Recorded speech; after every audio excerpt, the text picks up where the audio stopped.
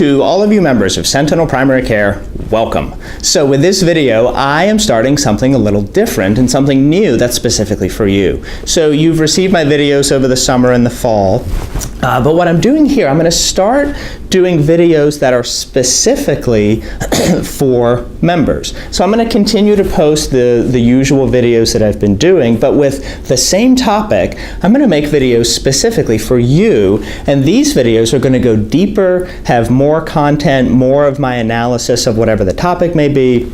So the one that's going on the general website is going to be kind of a quick synopsis. The one I'm going to give you is one that has more information. So this is my offering to you. This is especially for you. And today's going to be the first one. So today we're talking about the new shingles vaccine under the name Shingrix. So this is a vaccine that is awesome and just a little awful. And we'll talk about that in a second.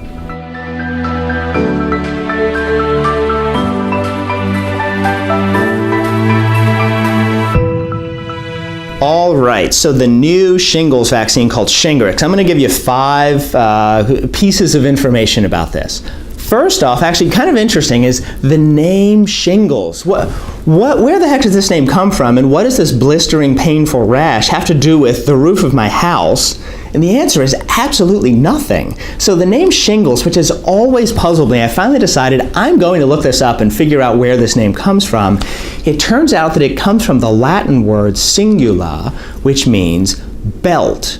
And as many of you know, shingles will often wrap around the chest or wrap around the waist, kind of like a belt. And so singula in Latin became shingles in English. That's the origin of the word. Kind of interesting.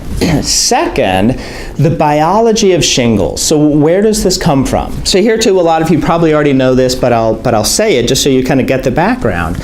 So shingles is a reactivation of the chickenpox virus. So you get chickenpox as a kid, you fight off the rash, but the virus lays dormant in your system for the rest of your life. You never get rid of it. And then over the course of your lifetime, there's roughly a 20-25% chance that at some point, the virus will reactivate itself and make its return as shingles. So chickenpox was head to toe, blistery, itchy. Shingles is localized, a stripe, like I said, blistery and painful. But that's the biology. It's the chickenpox virus that's been with you ever since you were a kid.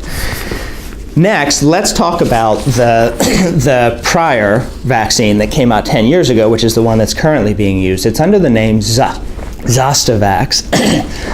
So Zostavax came out, I think it was 2006. I didn't go back to look that up, but I think that's when it was. And when it came out, it was a huge splash, because before that, we had a big fat nothing to decrease the attack rate from shingles. But when Zostavax came out, it decreased the attack rate by half. That's a big deal. When we had nothing previously, to be able to cut the attack rate in half was a substantial success. The downsides to it, though, was that it only cut the attack rate by half. So half the people who were going to get shingles got it anyway. And the durability of the vaccine was okay, but after 5 or 6 years, its effectiveness really drops off. So we kind of knew that this one was good, but not great. So what about the new vaccine? So let me tell you about it. This is point number 4. So the new vaccine recommended for age 50, the Zostavax that came out 10 years ago was recommended starting at 60. New one's recommended at 50. It's a 2-shot series. You can get it if you have had Zostavax. The recommendation is that you wait a couple months, but then you go ahead and get it. Its effectiveness is great. All pooled together in the studies looking at it, the reduction in attack rate from shingles was in the 90%. That's really effective. And really importantly, as folks got older, the protection was still in the 90%. The Zostavax that came out 10 years ago, the older you were when you got the vaccine, the less protection that it gave you. That's not so much the case with the new one. There's a very small drop-off, but even in your 80s, the protection is about 90%. So really effective. The other piece of it is the durability of the vaccine looks to be pretty good. Point number 5, yeah, this vaccine has a bunch of side effects. You're not going to enjoy getting this vaccine. Allow me to read from the package insert. So the package insert says, let me go to the side effects page. 82% of people getting this vaccine have pain in the arm. 26% of people have swelling at the injection site. When was the last time you got a vaccine and your arm swelled up? Well, a fourth of you are going to get swelling with this one. 49% of people had myalgias, means body aches, after they got the vaccine. 45% of people had fatigue. 5% of people were so fatigued that they were really kind of out of commission for a little bit. And 23% of people had fevers. So what's all that statistics boil down to?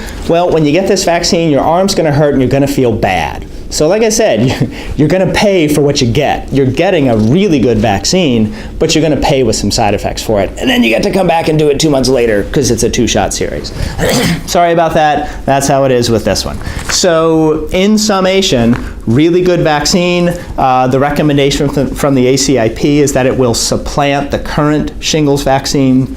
I don't know what the cost is going to be. I don't know when it's going to become available, but it's coming. So Shingrix is the name of the new one to keep an eye out for. I hope you have found this helpful. For other videos of interest, the website, sentinelprimarycare.com, these videos that are specific for you, the members, I'm not going to post them on the website. I will put them on the YouTube page for Sentinel Primary Care. And you can get them in these videos, but I really do want to make this content that's specifically for you, so I'm not going to put it on the general website, but you can track it down on YouTube if you Google Sentinel Primary Care. All right, thank you for your interest. For Sentinel Primary Care, I'm Dr. Patrick O'Connell.